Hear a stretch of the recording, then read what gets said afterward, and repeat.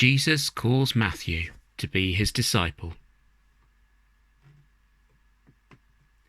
Jesus chose 12 men to follow him. They were called his disciples. Some of them were fishermen like Peter and James and John.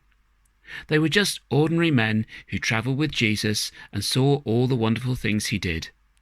They saw him heal people of sickness, and they heard him teach the people all about how God loved them.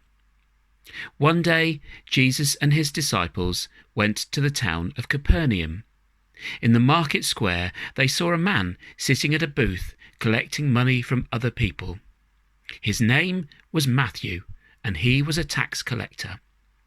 Tax collectors took money from the people and gave it to the Roman government.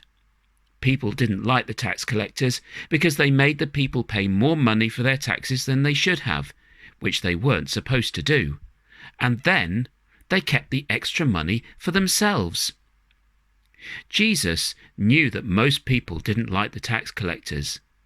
But Jesus loves everyone, even people who make wrong choices, and Matthew was making a wrong choice by taking more tax money than he should have done. Jesus went to Matthew's booth and told Matthew, "Follow me." To everyone's amazement, Matthew stood up and left his tax booth to follow Jesus. Matthew left right away to be with him. And not only that, he invited Jesus to his house for dinner.